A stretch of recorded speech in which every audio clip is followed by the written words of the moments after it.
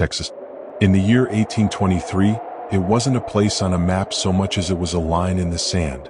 Not a country, not a state, but a vast, untamed wilderness caught between a fledgling United States and a fading Mexican empire.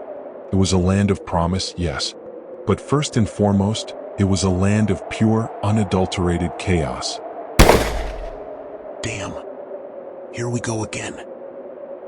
The settlers came with axes and dreams. They thought they could build a new life, a future. They built fences, but fences don't stop a man with a gun. They planted crops, but a harvest means nothing when there's no law to protect it. The threat wasn't just a distant skirmish. It was a ghost in the wind, a shadow in the high grass. It was the constant, gnawing fear that a raid could come at any moment. From the Comanche who saw this land as their own. From the Mexican bandits who saw it as a gold mine for the taking. Noah! Did you hear that? I think they hit the Thompson farm. Get the women and children inside. And get your rifle ready. They didn't ask to be heroes. They didn't sign up for this. They were just farmers, merchants, and fathers. But in a land of chaos, they were about to discover that the only way to find peace was to stand up and create it themselves.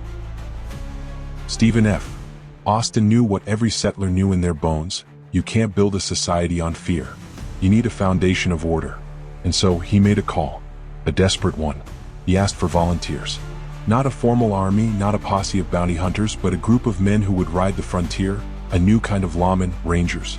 Noah heard the call, but he hesitated. He'd seen enough fighting to last a lifetime. He wanted to farm, to raise a family, not to ride into another sunrise with a rifle in his hands. I'm not asking you to join a war. I'm asking you to protect your homes. We are the only law here. The only thing standing between our families and the wolves at the door. Who will ride with me? Many answered, but no one spoke. Not because they were exhausted, but because they were afraid. They had lost too much. Noah was also bowing his head, about to turn and walk away when he heard a scream from outside. It was Elijah's wife. The scene returned to Noah and Elijah. Elijah's field was on fire. Several men were trying to put out the fire. One of them, another of Noah's relatives named Samuel, was lying down, a fatal wound on his back.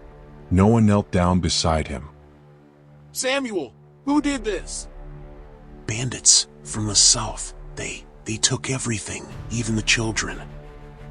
Samuel let out a final gasp. Noah clenched his fists, anger rising inside him, eclipsing any hesitation. He stood up and turned back to Austin. I'm in. I'm riding with you. And I'm not coming back until they pay for this. And so it began. The first Rangers, a ragtag group of ordinary men. They didn't have uniforms or badges, just a promise to bring order. They rode out, but the wilderness had its own rules. They learned quickly that the world wasn't black and white. Their first challenge wasn't the bandits, but the very land they were trying to save. They traveled through the arid lands. They saw traces of Comanche tribes. A confrontation occurred. Noah and his group were surrounded by a group of Comanche warriors. Chief Quanah rode out in front. He did not seem hostile, but he was very wary. Noah tried to speak conciliatorily. We're not here for trouble. We're tracking bandits. Mexican bandits. They've been raiding settlements and your hunting grounds. Chief Quanah replied in broken English, but the meaning was clear. The white man rides on our land, looking for bandits. But we see only one kind of bandit. Those who take our land. They are the same. A young ranger, unable to contain himself, raised his gun. Noah quickly lowered his hand. We are not the same. Those men, they are wolves. They kill, they steal. They don't care if you are white or red. They just take. We want to stop them. Chief Quanah stared at Noah. He saw the sincerity in his eyes. He nodded reluctantly, signaling his warriors to fall back. They were skeptical, but they did not attack. This land has no room for two laws. You will learn this soon. Quanah and his party rode off. Noah and his party continued their journey, realizing that their enemies were not just bandits, but the chaos of the entire land. They had tracked the bandits to their lair. But what they found was worse. A full-scale ambush. The bandits were attacking a supply caravan. But they weren't alone. They were just the first wave. The Rangers rode in, guns blazing, but then a new threat emerged from the high grass. The Comanche. All three sides were engaged in battle. Noah's group was caught in the middle. The gunfire of the raiders, the cheering of the Comanches. Noah realized something terrible. The raiders were using the most brutal tactics, slaughtering both Comanches and settlers.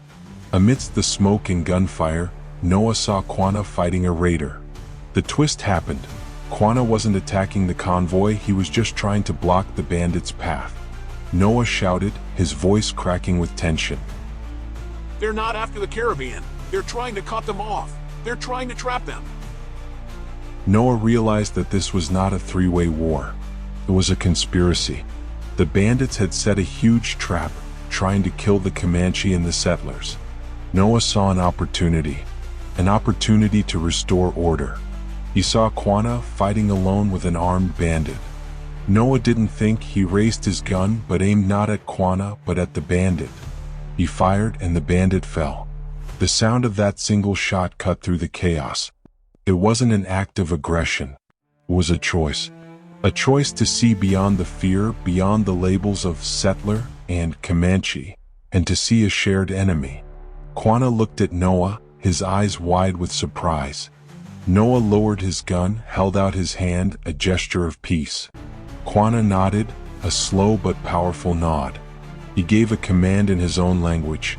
The Comanche stopped. They looked at each other, doubtful but understanding. Their enemy was a common enemy. Confrontation had turned into an alliance. A fragile beginning but a promising one. Noah and his rangers are fighting alongside the Comanche. The alliance is fragile, born of necessity, but it holds. Noah and Quanah are fighting back to back, a silent understanding passing between them. They are not friends, but for a moment they are comrades. They drive the bandits back, their combined force overwhelming. The final bandit leader is cornered by Noah. He laughed madly. You fools. You think you've won? You think you contain this land? We are everywhere. We are the very air you breathe. You fools. You think you've won? You think you can tame this land? We are everywhere. We are the very air you breathe. You saw what I saw. You were not a fool. Not like the others.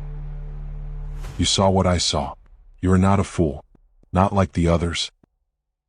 They were just men. Just like you and me. But they faced chaos and chose to create order. We all have a wild frontier in our lives. A place of uncertainty, of fear. What will you do with it? Will you let the chaos win? Or will you be a ranger?